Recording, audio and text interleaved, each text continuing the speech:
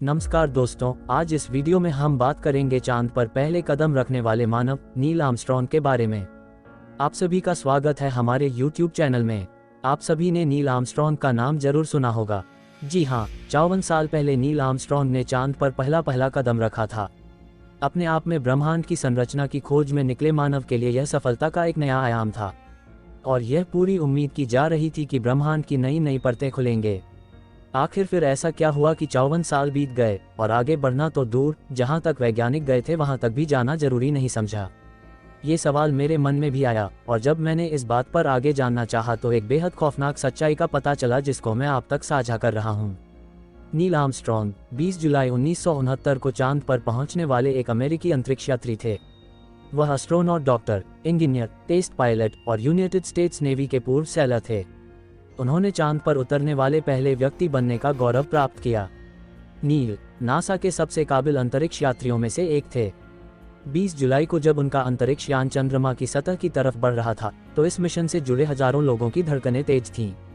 इस मिशन की कामयाबी नील के हुनर और हालात को संभालने की क्षमता पर निर्भर थी। नील के यान के सामने ऊबड़ खाबड़ चांद था, अलार्म बज रहे थे और ईंधन भी कम था, लेकिन नील ने बड़ी आसानी से अपने अंतरिक्ष यान को चंद्रमा पर उतार दिया था। अमेरिका ने 16 जुलाई 1969 को चंद्रमा पर अपोलो 11 मिशन भेजा। नासा के एस्ट्रोनॉट नील आर्मस्ट्रॉन्ग चंद्रमा की सतह पर पैर रखने वाले पहले इंसान बने। प्राप्त जानकारी के मुताबिक नील आर्मस्ट्रॉन्ग 2 घंटे 32 मिनट तक चांद की सतह पर रहे थे। उनके साथी और उनके बाद चांद पर कदम रखने वाले एडविन बज एल्ड्रिन ने उनसे करीब 15 मिनट कम समय बिताया था। इन दोनों अंतरिक्ष यात्रियों ने अंतरिक्ष यान में लौटने से पहले एक अमेरिकी चांद पर अमेरिकी झंडा लगाया था। उन्होंने चंद्रमा की चट्टानों पर कई वैज्ञानिक प्रयोग भी किए थे। उसी दौरान उन्होंने रेडियो के माध्यम से अमेरिकी राष्ट्रपति रिचर्ड निक्सन से भी बात भी की थी। पर 8 दिन बिताने के बाद नील आर्मस्ट्रॉन्ग और उनके साथ गए बज एल्ड्रिन 24 जुलाई 1969 को जब धरती पर वापस लौटे तो अपने साथ एक ऐसी चीज लाए जो अंतरिक्ष वैज्ञानिकों के लिए रहस्य जैसी थी।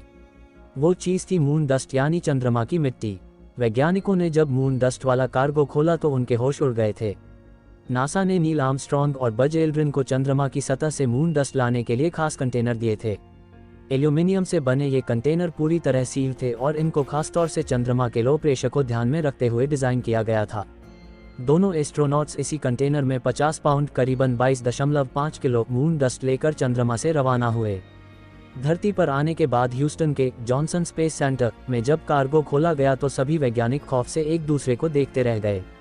जिस कंटेनर में मून डस्ट लाया गया था वो पूरी तरह तहस नहस हो चुका था।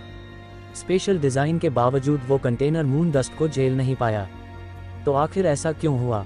कितना खतरनाक है मून डस्ट? वैज्ञानिकों ने जब मून डस्ट पर रिसर्च की तो हैरान रह गए।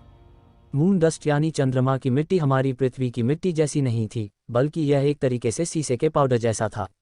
नासा के मंगल मिशन का हिस्सा रही astronaut Kate Green the New Yorker पर एक आर्टिकल में लिखती हैं कि चंद्रमा की सतह पर लाखों उल्कापिंड के टकराने से मून डस्ट का निर्माण हुआ। इसमें सिलिका और आयरन जैसे मेटल पाए जाते हैं। चूंकि चांद की सतह पर न तो हवा है और न ही पानी, ऐसी स्थिति में मून डस्ट बहुत शार्प हो जाता है। मरते मरते बचे थे एस्ट्रोनॉट। मून डस्ट कितना खतरनाक है इसका अंदाजा इस बात से लगा सकते हैं कि साल 1972 में नासा के एस्ट्रोनॉट हैरिस स्मिथ की इसकी वजह से जान जाते जाते बची थी। स्मिथ अपोलो 17 मिशन के तहत चंद्रमा पर गए थे। जब वे चांद पर वॉक के बाद अपने स्पेसशिप में वापस लौटे तो उनके स्पेस शूट के साथ चिपककर मून डस्ट भी अंदर आ गई और गलती से स्मिथ ने सांस के साथ इसे अंदर ले लिया।